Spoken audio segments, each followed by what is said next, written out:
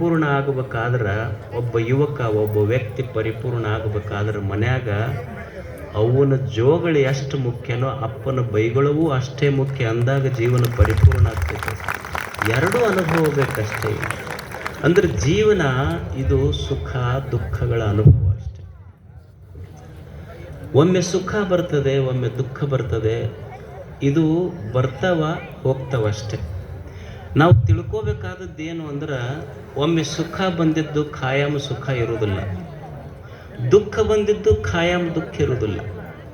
ಈ ಜೀವನ ಹೆಂಗೈತಿ ಅಂದ್ರೆ ಹಿಡ್ಕೋಬೇಕನ್ನುವಷ್ಟು ಸಂಸಾರ ಅಂದ್ರೆ ಏನು, ಹಿಡ್ಕೋಬೇಕನ್ನುವಷ್ಟು ಸುಖ ಇಲ್ಲ, ಬಿಡ್ಬೇಕನ್ನುವಷ್ಟು ದುಃಖ ಇಲ್ಲ. ಅದಕ್ಕೆ ಸಂಸಾರ ಅಂತ ಕರೀತಾರೆ. ಇದಕ್ಕೆ ಕೂಡಿರಾಕೂ ಆಗೋದಿಲ್ಲ, ಬಿಟ್ಟಿರಾಕೂ ಆಗೋದಿಲ್ಲ. ಈ ನಡುವಿನ ಗ್ಯಾಪ್ ಐತಲ್ಲ, ಇದಕ್ಕೆ ಸಂಸಾರ ಅಂತ ಕರೀತಾರೆ.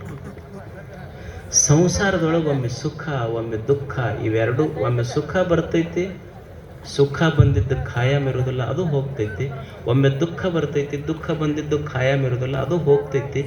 ನಮ್ಮ ತಲೆಯಾಗ ಇಷ್ಟ ಗೊತ್ತಿರಬೇಕು, ಸುಖ ಖಾಯಂ ಬೇಕಂದ್ರೆ ಸಿಗೋದಿಲ್ಲ.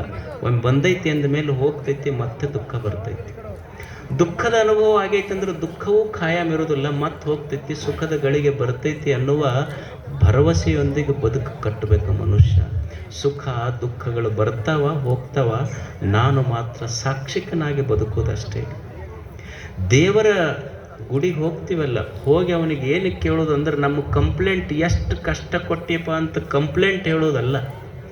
ನಮಗೆ ಬದುಕಾಕೊಂದು ಜೀವನ ಕೊಟ್ಟಿ ಅಂತ ಭಗವಂತನ ಗುಡಿಗೆ ಹೋಗಿ ಕಂಪ್ಲೇಂಟ್ ಹೇಳುವಂಥವ್ರಾಗಬಾರ್ದು. ಇದೊಂದು ಜೀವನ ಕೊಟ್ಟಲ್ಲ, ಕೊಟ್ಟಿದ್ದಕ್ಕೆ ಧನ್ಯವಾದ ಹೇಳಾಕ ಗುಡಿಗೆ ಹೋಗ್ಬೇಕಷ್ಟೆ.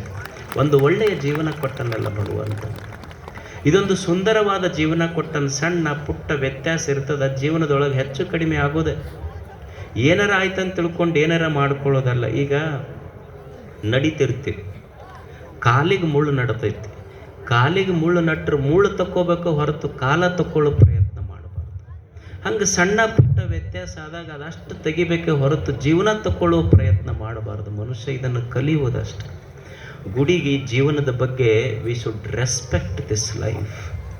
ದೇವರಿದೊಂದು ಅದ್ಭುತವಾದಂಥ ಜೀವನ ಕೊಟ್ಟಾನ. 100 ವಸಂತಗಳ ಕಾಲ ಈ ಭೂಮಿ ಮೇಲೆ ಬದುಕಲಿಕ್ಕೆ ನಮಗೆ ಕಳಿಸಿಕೊಟ್ಟನಲ್ಲ, ಇಲ್ಲಿ ಬದುಕಬೇಕಾಗ್ತದೆ ಮನುಷ್ಯ. No complaints in life, complete this life. No complaints in life. ನಮಗೇನು ದೇವರು ಕೊಟ್ಟಾನಲ್ಲ ಇದನ್ನು ಕಂಪ್ಲೀಟ್ ಮಾಡಬೇಕಾಗ್ತದೆ. ಒಬ್ಬ ಮಹಾರಾಜ ಇದ್ದ. ಆ ಮಹಾರಾಜನಿಗೆ ಒಬ್ಬ ಸ್ನೇಹಿತ ಇದ್ದ. ಮಹಾರಾಜ ಸ್ನೇಹಿತನಿಗೆ ಬಹಳ ಪ್ರೀತಿ ಮಾಡುತ್ತಿದ್ದ. ಮಹಾರಾಜ ಅವ ಸೇವಕನ ಮೇಲೆ ಅವನಿಗೆ ಮಹಾರಾಜನಿಗೆ ಅಷ್ಟು ಪ್ರೀತಿ. ಎಷ್ಟು ಪ್ರೀತಿ ಅಂದ್ರೆ ಅವ ಮಹಾರಾಜನಾದರೂ ಸೇವಕನ ಬಿಟ್ಟು ಉಣ್ತಿರ್ಲಿಲ್ಲ. ಅವ ಯಾವಾಗ ಊಟ ಮಾಡಿದ್ರು ಅವನು ಮುಂದೆ ಕುಂತು ಉಣ್ಬೇಕು. ಸೇವಕ ಮೊದಲು ಸೇವಕನಿಗೆ ತಿನ್ನಿಸಿ ತಾನು ಮಹಾರಾಜ ತಿನ್ನಿತಿದ್ದ. ಏನಾರ ಸ್ವೀಟ್ ಮಾಡಲಿ, ಚಲೋ ಅಡುಗೆ ಮಾಡಲಿ, ಮತ್ತು ಎಲ್ಲರ ಹೊರಗೆ ಪ್ರವಾಸಕ್ಕೆ ಕರ್ಕೊಂಡು ಹೊಂಟ್ರು ಅವನಿಗೆ ಕರ್ಕೊಂಡು ಹೋಗ್ತಿದ್ದ. ಮೊದಲು ಅವನಿಗೆ ತಿನ್ನಿಸಿ ತಾನು ತಿಂತಿದ್ದ. ಒಂದು ದಿವಸ ಕಾಡಿನೊಳಗೆ ಹೊಂಟ್ರು ಇಬ್ಬರು ಸೇರಿ. ಯಾರು? ಮಹಾರಾಜ ಮತ್ತು ಸೇವಕ. ಇಬ್ಬರು ಕೂಡಿ ಹೋಗುವಾಗ ಒಂದು ಕಾಡಿತ್ತು. ಆ ಕಾಡಿನೊಳಗೆ ಒಂದು ಗಿಡ, ಅದ್ರ ಬುಡಕ್ಕೆ ಕುಳಿತರು ಇಬ್ಬರು.